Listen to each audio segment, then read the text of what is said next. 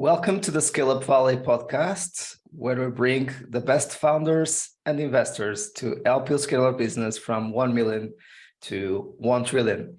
Today's guest comes from Oslo. His name is Sigbjørn, the CEO of Ignite Procurement. Sigbjørn, welcome to the show. Thank you, Mike. It's a pleasure to be here. Likewise. And I love your podcast equipment. So you are one of the most pro guests that we had in the last episodes. Well done. Thank you. And also inspiring me to improve the quality of my audio, and the guests will also be grateful for that. But for the ones who didn't have the pleasure to meet you yet, let us know a bit more about your story and how it was the evolution for you to start up Ignite Procurement. Absolutely. So, yeah, I started as a consultant in BCG, and I saw a lot of potential in the procurement industry. So I did a lot of procurement projects, and I saw that same type of analysis was done in the beginning of the project over and over again. But the resource that you created was immense. So it's a lot of potential in the procurement function, and it was underinvested in most of the companies we worked with. Right. That's also the place where I met my co-founder, Børge, which also had similar experience. Mm-hmm. In 2016, we decided to go out of BCG and start our own company, Ignite Procurement. Mm-hmm. And in the beginning, we worked as consultants and worked on no cure, no pay. Got it. A part of what we said for the companies, and we used the internal model to identify the opportunities and analyze the spend. Mm-hmm. And that went very well, but so in order to scale that business, we need to give the customers direct access to those insights so they can do that themselves. Got it. So while doing consulting, we started also to build a cloud-based solution that we launched in the end of 2018. And we recruited also a CTO to join the founding team. Right. And since then, we have been scaling the SaaS business. We have also raised capital, and now we are more than 50 people and rapidly growing.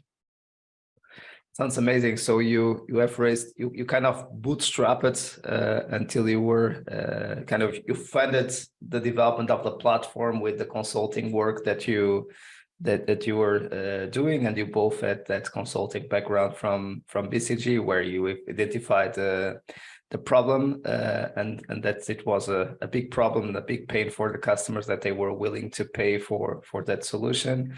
And after that, you were able to raise the seed round, and recently with 50 plus people, you raised also the A round. How long ago, and what was the size? Yeah, so we raised around 7 million euros in May. Got it. Yeah, and then we raised the seed round in 2019. Got it. And then we had, as you were saying, we had already had some customers. We have proved that we had a product that the market was willing to buy. So we already have done that by bootstrapping and doing the consulting projects, and learned that way. Right. Something that I enjoyed, especially because sometimes we have this. It's super difficult to find a co-founder that we have a great chemistry with, and sometimes we force ourselves, especially because we have this notion that we need to have a CEO and a CTO, or a business co-founder and a technical co-founder, and sometimes what we need really is a passion to solve the problem, a gate chemistry among the team, and then we will find out a way to get there, and then we will hire your early employees, and maybe they will be part of kind of the extended founding team, and in that sense, you'll be able to ensure that you have the key roles represented on the table. But if you would have to have everyone from the beginning, it would be almost impossible, and we need to be we need to understand that sometimes it is difficult to have all the rules that we need from day one, and it should not discourage us to keep going and to start it, right? Yeah, absolutely, I agree. And in the beginning, when we start, we didn't know that we were going to end up as a SaaS company. That's the advantage. As a consulting, and so there is so a big potential in the procurement function. It's, as I'm saying, a underinvested function. It's also underinvested in terms of digital tools, and the data is typically flowing in different systems. So they need a system to gather the data, clean it, categorize it, and provide insights based on it. And that's where we saw a big opportunity, and then went from a consulting company that went well, but to become a SaaS company, because we saw a bigger upside potential there. Right. And even on that sense, I think that's a good point. We are seeing more and more consultants and people from the consulting industry starting companies nowadays. And I think that even some venture builders, and for instance, Antler, are looking for that kind of background, because typically they understand well numbers, they also understand business strategy, etc., etc. So they are a good kind of a business co-founder, and then just matching them with a technical co-founder to be able to build their companies. But of course, there is this temptation that sometimes the consulting business has very good margins and very few capital to start. But at the same time, sometimes it is difficult to scale it up, right? So, and it's difficult to make it less dependent on yourself. So sometimes it happens two options, or you have a high margin business as a consultant, but you are not able to make it not depend on you, so to make it depending on the team. And then if it is dependent on the team, it is difficult to scale that team and to scale the operations. So that's why we are seeing also consultants looking to see how they can create more scalable businesses. Do you feel that this trend is happening around you? Do you have the same perception? Yeah, absolutely. And we see a lot of consultants from BCG and also from McKinsey and other consulting companies that start their own company in the Nordics now. And I think working in BCG, you get the toolbox you need. You also working with a lot of great people, so you get a good network, but you also learn to work hard and to prioritize heavily, because you have a lot to do in those roles as consultants. So you need to prioritize and you need to work hard, and that's an important element to have with you when you start your own. Exactly. Yeah, it's very intense from what I hear at those top consulting companies. And yeah, but let's talk more about the pain, the opportunity that you found in the procurement space. Typically, it's not a very sexy space, and I know that you have a passion that procurement should have more a seat at the table. Nowadays, with the regulation on sustainability, there is also an emergence of that role becoming more and more important, and that need becoming more and more important. But if you could give us a background on why procurement is becoming more and more relevant, and why Ignite is also surfing that trend and that wave, that would be great. Absolutely. So we see that procurement function have a lot of data, but they don't manage to use the data. So the data is typically hidden in different systems, in the ERP systems, in the P2P system, the contract systems, but they're not talking to each other. So there are siloed systems. So what we want to help them is to leverage this data, so they can get the clarity they need to take responsible decisions. And also with responsible decisions, it's with the regulation that you mentioned coming in, it's also linked to the sustainability part. Because nowadays, it's not only focusing on cost. Cost is an important element, of course, but also customers demands a more sustainable supply chain, and also regulation coming in and push from both governments, banks, investors, and so on, that you need to have control of your supply chain. We see that managing to use data to take data-driven decisions is more important than ever. And if you look what's happened during COVID, a lot of companies lacked this transparency, which made it hard to find goods and services. And with the Ukraine war, you had the same thing. The prices increased a lot, but it increased the focus on procurement and the importance of procurements. They got a seat at the table. But now they also need to get the money they need in order to get digital solutions so they can get the full potential out of the function. And luckily, we start to see that the procurement functions start to attract more talent, also get the budgets they need in order to digitalize. And Ignite, of course, we want to ignite procurement, and we want to be part of that journey.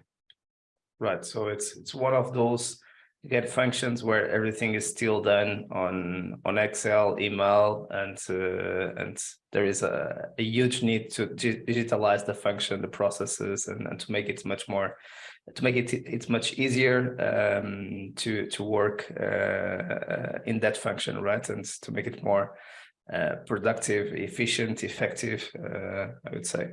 Yes, absolutely. I think Excel is the most common used tool in the procurement function. Yeah, always the biggest competitor of SaaS solutions. Yes, the old Excel. Great, and I think we were just talking about your bootstrapping stage, and then kind of extending your founding team and hiring a CTO. Any tips there when because it's a very critical decision, especially the first hires of any startup are critical, and especially a technical person when both founders didn't have a technical background. So any tips for other consultants or other business people that have a good chemistry with each other and are now looking to hire a technical person for their teams that didn't join since day one? I think that have been, I'm sure, a very important decision that you both have made, right? Yeah, very important decision, and we're very lucky finding a good CTO from the start. He's still the CTO, and he's part of the extended founding team. So we used our network to find this guy. So we were lucky that we were tipped from another guy in BCG. Cool. That we worked with in BCG. And then we met him. We got a good chemistry. We saw that we can work together. And since then, we have been working together. So we were a bit lucky, but I think leveraging the network to find the first employees, I think that's super important, and that's something we have done a lot. And if you look at where we have succeeded the most, is typically when we've hired through our network. Right. Using that channel to hire the first employees, I think it's a very good idea. Right. And I assume now at 50 plus team members, you are already evolving from the founding team to the first version of the leadership team of the business, right? So maybe you don't have very senior people in all the seats yet, but as I like to see, the leadership team is evolving from version 1, version 2, version 3 as the business keeps evolving as well. So what are the seats that you have at the table at the leadership team level now? So right now it's me as the CEO. It's my co-founder Børge as the CRO. Okay, cool. It's the CTO. That's we hired in the beginning, and then we also have a chief customer officer, and then we just recently hired also a COO. So now right now we have 5 in the management team, and then we have the VP level Got it. On sales, marketing, product. Yeah. Got it. Got it. Sounds great.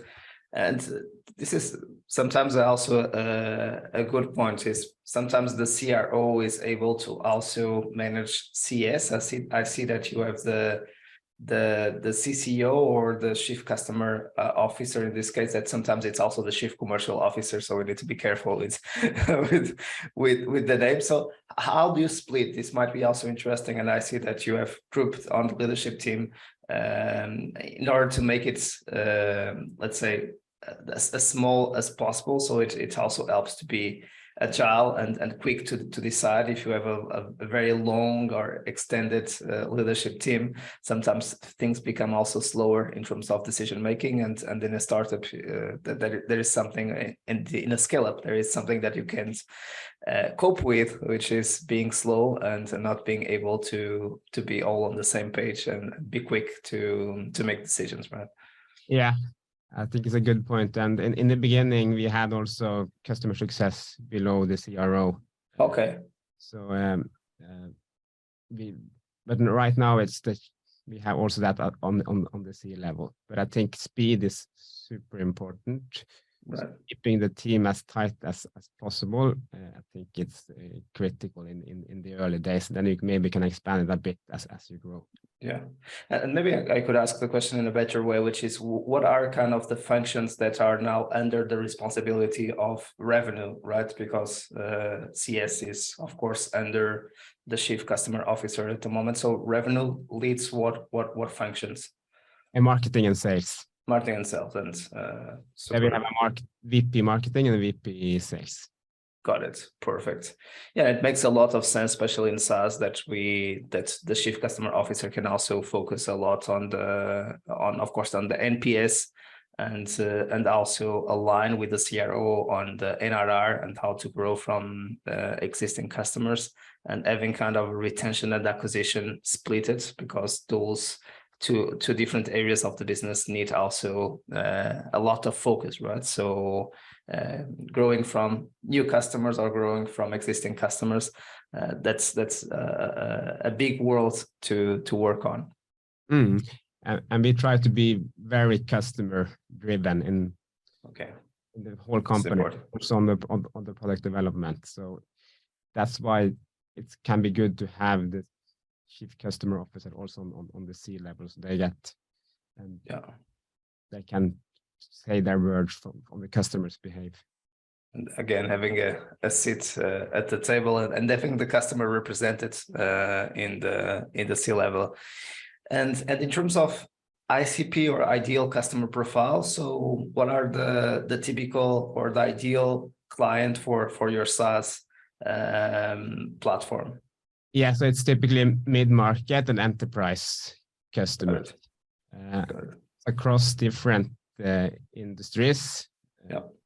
But we have a lot of companies within construction, within production and manufacturing, within public sector. But every company where procurement is an important part of their competitiveness. And if you look at the cost, that typically most of the industries, typically the procurement cost is 60 to 90% of the cost of the business. Wow. Having control of the spend is super critical for most industries. Right. Makes a lot of sense. And in terms of geographies, Sigbjørn, where are you guys at the moment? Yeah, so we have a direct sales team focusing on Scandinavia, on DACH, and also on UK and Ireland right now. But of course, also take inbound leads from other parts, also a bit in the US. So we have customers now in Europe and in the US. In the US. But you would say that the big chunk is still coming from where you started. So you are coming from Norway. So then you conquered the Scandinavian region, evolved into DACH first, and then UK, or first UK and then DACH, and now progressively to the US, right? Yes. So we started with Scandinavia, focusing on Norway, and then the DACH, and now just recently also the UK market. So now we also have 2 salespeople working on the UK market. Currently, everyone's working from Norway. Okay. In the future, also people on the ground.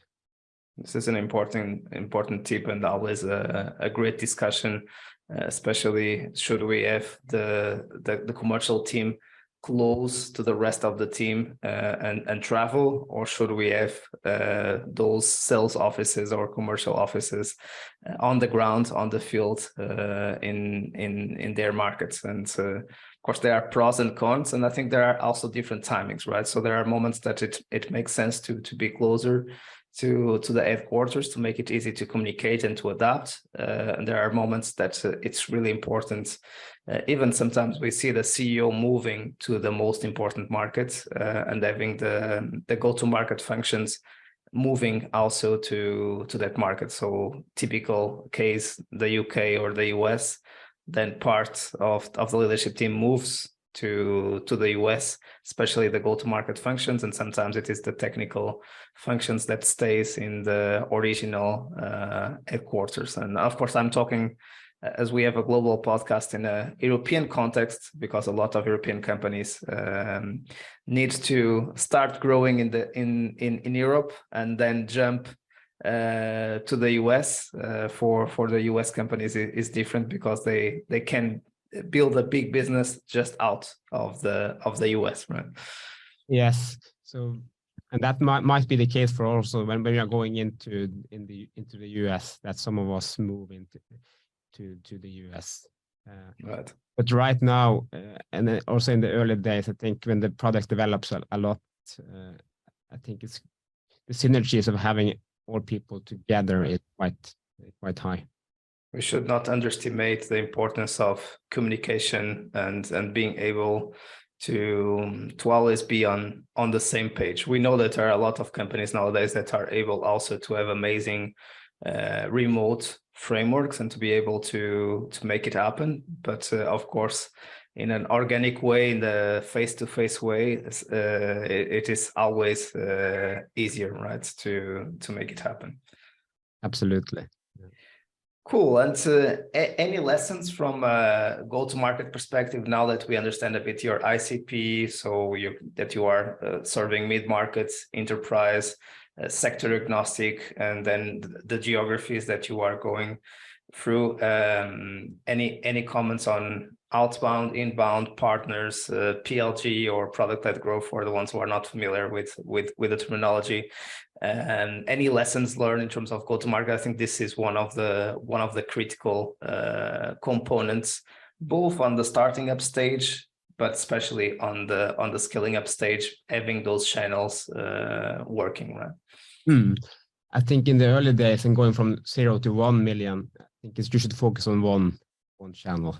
So in the early days, we focused on sales-led, mainly outbound, but then evolving to more channels as we are growing. So now we also have partners, and we are also experimenting with product-led growth. We have expanded the product offering. So in the beginning, focusing on the procurement analytics, also now expanded with some sustainability modules. So both on supplier management and also on the carbon accounting and contract management. And the new modules are better fit for more product-led growth. So here we are now in the days of experimenting with product-led growth with these modules. And on the analytics, we are also focusing on the partners. So we have some partners, some big consulting companies that use Ignite and have that as part of their toolbox. Right.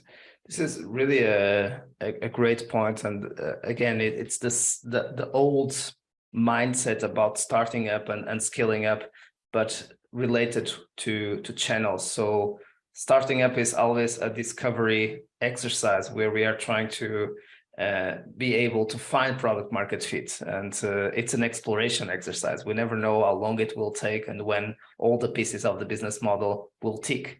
But at the same time, the product market fit in one channel will only help us to get into a certain stage of growth. So we need to start experimenting new channels, new ways of growth, new variables of growth, namely new channels, new products, new geographies, and there we need to get back into finding product market fit again. So I really enjoy the way you articulated it. So you are experimenting product-led growth. You are also establishing and maturing a potential partner channel that will kick in and have results in different moments of the growth of the company. But if you don't start it now, maybe when you need it at 5 million ARR or 10 million ARR, you will not have the partner channels to scale, or you will not have the product-led growth engine working to scale. So maybe now you are still more dependent on outbound, but you are already experimenting and iterating and trying to create other channels to make your growth a little bit easier. And I think it's important, and I made this mistake several times, and I learned it, which is to have during the scale-up stage, having a scale-up mindset and a startup mindset combined, doing some bets without losing the focus on what will create the growth in the short term, but never forget that in the midterm, we might need other variables to be able to keep the same speed of growth, right? Yes, no, I agree. So I think going forward, Ignite will use a hybrid model. So both sales-led, both partners, and both product-led. Yeah. I think if you look 3 to 5 years ahead, I think either partners or product-led will be the biggest channel for Ignite. But today it is sales-led. And here we get more and more from the inbound. So people and companies contacting us. So that's a very important. So marketing-led, you can say also, it's a significant part of our revenue today. I like the way you articulated it. It's marketing-led, the inbound components. And sometimes I like the expression revenue-led. It could be marketing-led, sales-led, product-led, right? It's kind of revenue, a revenue-led motion that comes from the different go-to-market functions. So that's a good point. And in terms of we were talking a bit about the geographies where you are present. Do you see or would you like to share any kind of tips in terms of international expansion, something that worked well? Maybe you were already sharing, right? So in the beginning, having the commercial teams close to the headquarters to facilitate collaboration might help, and at another stages, maybe having those functions moving closer to the markets and closer to the customer, it might be a better option. Any other tips on hiring people to serve those international markets? So in terms of international expansion, lessons learned, let's say. I think in Germany, the language barrier is important. So you need someone that speaks German, especially in the mid-market. There, you need someone that preferably are from the German. Right. But for us, we prioritized having it a German living in Norway, and then we can travel. And you also had Corona and COVID here, so it was easier with Teams meeting. And, okay. But we see that in order to really grow in Germany, you probably need people on the ground. So in addition to having direct salespeople, we also have partners in Germany. But the plan is to get people on the ground in like 1 to 2 years. Got it. Something that I also enjoyed on your thought process, which is kind of developing your product offer, and we have listened to it several times at a certain moment, especially from, let's say, 5 to 10 million ARR, if you are able to expand existing customers, and in order to expand existing customers, sometimes you need to launch a new model of the product, a new version of the product, a new functionality. You will be able to double the business just by doing that. It's not an easy exercise. It seems easy in theory, but you might be able to double the business without acquiring any single new customer, which is again what we were discussing before, that the retention component of a SaaS business is so important and so critical to have it right, because it also shows that the business model is sustainable, that the customers love the product and want to consume more of the product. So I know that you make a lot of investment on the product development side in order to be able to, and that you have an impressive net revenue retention metric as well, right?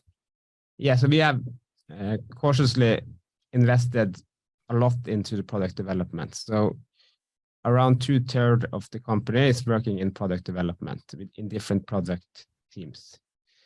Impressive. So including product managers, product designers, and developers. And we started with analytics, and we saw that data analytics is a fantastic foundation to expand, because as soon as you have the data, you can also do a lot of things related to contract management, supplier management, and carbon accounting. So that's why we have set up teams working on those different areas and invested quite a lot of expanding our product offering. And that also gives us a possibility to get a high net retention rate, because we can upsell the new modules to existing customers. Right. And also at the same time, lower the barrier to entry for new customers. They can start with a more low touch module and then expand to the full product offering when they are ready for it. So currently we have a net retention rate around 120%, which is great. Very good foundation for growth, because we know that even though we don't sell anything, we will get 20% growth. Yeah. And of course, we were going to sell on top of that, and then we can get a very sustainable growth. Yeah, absolutely. Super important point. Of course, for any scale up, the team is critical, and at a certain time, the role of the CEO and the role of any of the key leaders of the company, or any leader in the company, is all about attracting and retaining the best talent possible to be able to grow the company. Any insights on the importance of the team to scale the business? Any reflections that you'd like to share with the audience? Yes. So when you start a company, I think it's two important things. One is selecting the right market. So we selected procurement because we believe that's underinvested and has a lot of potential. The other thing that's important is selecting the right people. So people with the same values, people that are consistent and that can work hard over time, and that you like to work with, and also that you are complementary in terms of what you bring to the table. But getting the right people, that's for me the most important when building the company, and that's the most important reason for the success we had so far, is that we managed to get a lot of good people joining Ignite and retaining them as in Ignite. So managing to attract and retain top talents is super important. And here, as I mentioned, leveraging the network and the extended network is a very good channel to get the best people to join. And if you get some good ones, they know other good ones, and then you get the ball to roll. Right. That's why it's so important, those initial hires, to set the culture. So, and I think it was Reid Hoffman who said it several times, that the first 50 to 100 people, the C-level or the founders, need to ensure that they are a right fit for the culture, because they can build or break the company. And of course, we know that this code comes even more for the first 10, 15 people, that those can really break the company if we don't hire the right people at that stage. Yeah, I agree. So if you hire the wrong people, it's very costly to do that, especially in the beginning. So invest time and resources to make sure that you get the right people on board. And of course, you have so many things to do, especially in any stage of growth of a company like this. So it's a very intense job, very difficult. And again, we will always make a lot of mistakes. It's important to make those mistakes as fast as possible and cross correct. And that's why it's also important to identify what are the decisions that we can cross correct and what are the ones that unfortunately it will be very difficult or almost impossible to cross correct and can kill the company. And then spending more time on those, and then the other ones decide as quickly as possible and then cross correct. But it is difficult to understand or to prioritize the time to recruiting and leading or retaining, providing conditions for the people who are in the team to thrive. Because again, there are so many fires, so many stuff to do, and there is a huge pressure to have someone to help you out. So if you feel that this might be a fit, maybe you don't do your due diligence, you don't do your reference check, you don't make sure that that person might get along with the team, might have the skills to perform well, and you just invite the person to join straight away, and usually it is not a good result. You might have luck that you found the right fit, but after 10 or 20 people, you need to have a lot of luck to always follow the gut feeling and make it work, right? Yeah, and if you look at it from a CEO perspective, you have what's important for you is to set the direction of the company and get the right people to deliver on that direction, and of course getting the capital needed to be able to drive that direction. And then it's also important for me to make sure that I put aside time to do those things. Love it, the way you said it. Set the direction, ensuring that we have the right people on the right seats, and of course always having cash on the bank and the capital to be able to grow the business. Great summary of what should be the role of the CEO. And with that, especially with the last component, the capital, what we discussed here a lot about strategy, go-to-market, also about people. Now it's the time to go into the fundraising topic. So you were able to bootstrap during the pre-seed stage, where we see a lot of companies now raising pre-seed. So you were able to skip the pre-seed round and also dilute less the founders in that process. So you raised seed, and last year you raised the Series A. Any lessons for both rounds, or if you want to separate the lessons learned for both that you'd like to share with the ones who are listening and maybe are going through the same process of raising capital for their startups? Yes, so we skipped the first round, so we bootstrapped in the beginning, and capital is very expensive in the early days because you dilute quite a lot. So if you manage to bootstrap or so to get to the next stage without raising capital, that's a very big benefit for you in the long term. Saving 15 to 20%, 10% in the best case, right? Yes. So if that's possible, it's also depending on the market you are in, of course. Right. Be a good option. But I think it's also important to make sure that you get the right type of investors on board. So the VC investor is not the right for everyone. You need to ensure that you have the characteristics that's for a VC investors to invest, like a big market and a lot of growth potential, and preferably also network effects. A second lesson is that make sure that it's good culture fit within investors that you get on board, because you're going to work with these in the long term, and it needs to be people that you like to work with and that you can work with over time.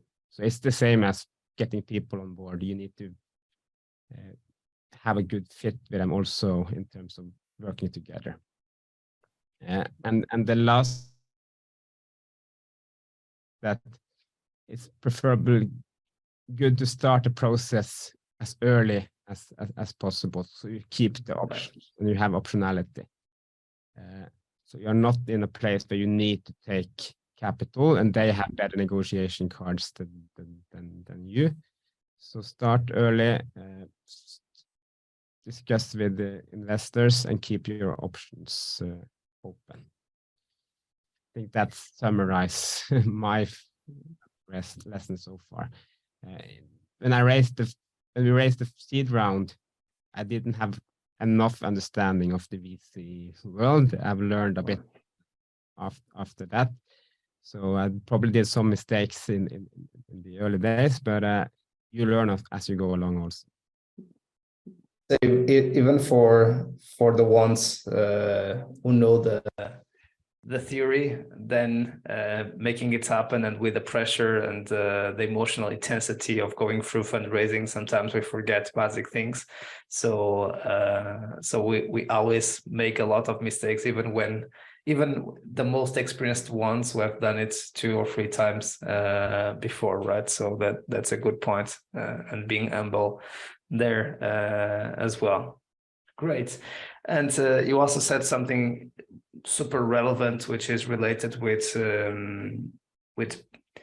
kind of the same way that when the ones who get credit are the ones who don't need the credit, right? And the same thing about the startup. If you are able to show that you can go break even and you are just raising the capital to accelerate growth, usually those are in a good position to raise capital, and again, non-dependent on raising that capital, which creates optionality, as you were saying. So getting closer to the round in a position that you are able to go break even if you don't raise capital also improves your multiples, the negotiation, and the optionality in that process. And I think that what you said as well is super important, to start as early as possible, but at the same time being able to show the metrics, and that's why sometimes it's not easy to start too early, but at least starting the networking stages and get to know the investors as quickly as possible. And that's sometimes why we say that the CEO is always on fundraising, right? Even if it is not officially raising a round, it's always connecting with investors and talking to investors and getting to know each other, also to ensure that they have that cultural fit that you were talking about, that is super important, that you are not able to realize in 2, 3, 4, 5 meetings when you are trying to close the round. I agree.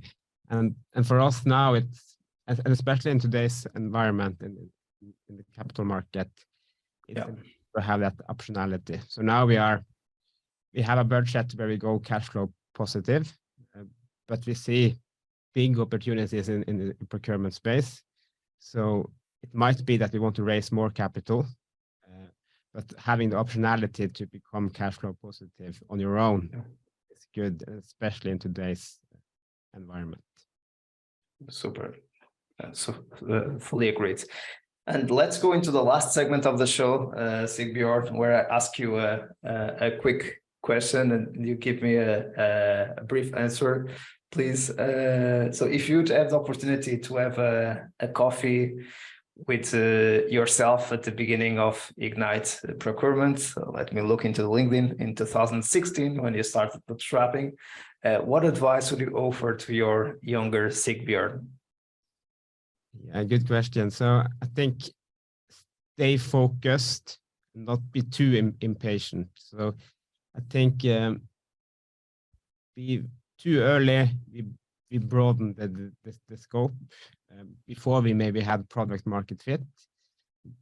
So staying focused is super important, especially in the early days. And then when you have product market fit, then you can expand and take bets outside the core.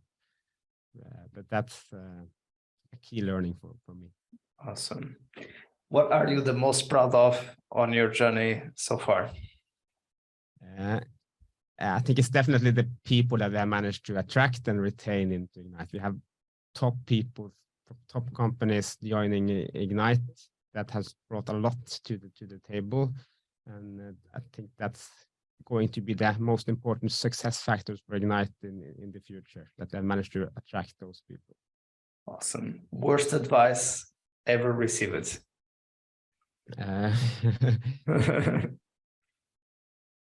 From some customers and leads in the beginning, that we got advice to expand outside the core, and that, I think, you should listen to your customers, but you also they don't necessarily have the same objective as you, and the complexity that adds. So making sure that you stay on track on your vision and don't go too much outside of that. I think that's very important. Great one. And now the resources, your favorite book, and it can be business or non-business. This is much more a segment to get to know our guests. Yeah, so I recently read Ben Horowitz's book, The Hard Things About Hard Things. A classic, yeah.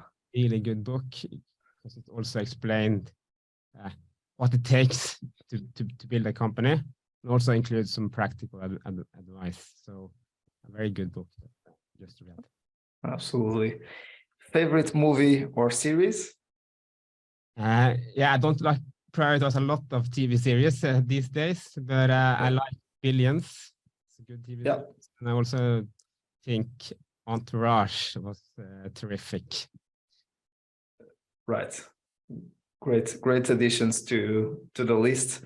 And finally, your favorite podcast, excluding this one. There's a lot of good ones on the podcast front now. So, but one that I've listened to a lot lately is the Diary of a CEO. Right. So it's great one. A good podcast that also has go quite deep with interesting people. So very good podcast. Great. I also enjoy that one a lot. Sigbjørn, it has been a pleasure to have you on the show. Thanks so much for making the time. Thank you for having me. It was a pleasure. Likewise. And to our community, thanks for being there. We keep bringing you the best of the best to make your life a little bit easier as you scale up your business. See you soon and keep scaling.